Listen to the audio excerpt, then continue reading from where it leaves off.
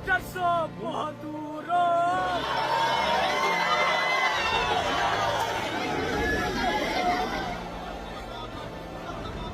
जनाजे में कई सौ लोगों की भीड़ थी, लेकिन एक शख्स सारे शहर को वीरान कर गया। रोती बिलखती ये बेटी कुछ दिन पहले ही तो पराए घर गई थी।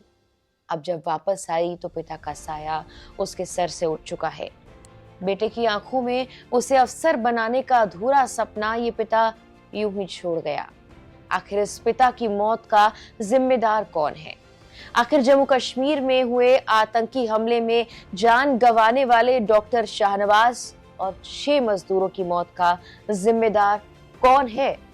इस सवाल का जवाब न जाने कितने ही अपनों को खोने वाले परिवार ढूंढ रहे हैं। जम्मू कश्मीर के गांदरबल जिले के गगननीर इलाके में रविवार की शाम को एक बड़ा आतंकी हमला हुआ, जिसपे टनल में काम कर रहे 6 मजदूरों और एक डॉक्टर की मौत हो गई। इस हमले के बाद मृतकों के परिवार वाले टूट चुके हैं और उन्होंने आतंकवादियों को सजा देने की मांग की। मृतक डॉक्टर का परिवार भी पूरी तरह से टूट चुका है। आंसुओं और सिसकियों के बीच आतंकी हमले में मारे गए डॉक्टर शाहनवाज अहमद डार को बडगांव के नईदगांव गांव में उनके पैतृक कब्रिस्तान में सुपुर्द खाक किया गया।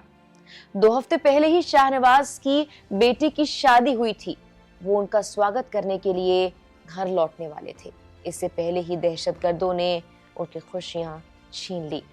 उनके घर में ये खुशियां मातम में तब्दील हो गई। परिवार वालों का रो रो कर बुरा हाल है। पिता को खोने का गम शाहनवाज की बेटी और बेटे की आंखों में साफ देखा जा सकता है।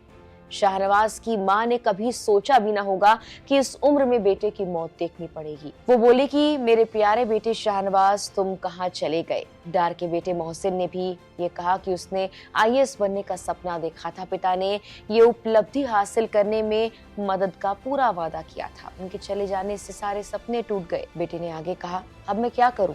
मेरे पिता ही चले गए।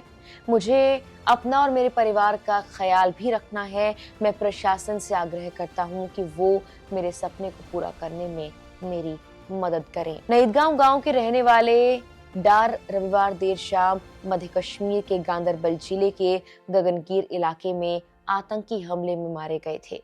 डॉक्टर शाहनवाज डार के चचेरे भाई एडवोकेट तारिक ने ये बताया कि वो अपने पीछे एक बेटी और 2 बेटे छोड़ गए हैं। बता दें कि गांदरबल जिले में श्रीनगर लेह राजमार्ग पर एक सुरंग निर्माण स्थल पर अज्ञात आतंकवादियों के हमले में डॉक्टर डार और 6 मजदूरों की मौत हो गई थी। ये हमला उस वक्त हुआ जब रविवार देर शाम को मजदूर अपने कैंप में वापस आए थे। इस आतंकी हमले की हर जगह व्यापक निंदा हुई।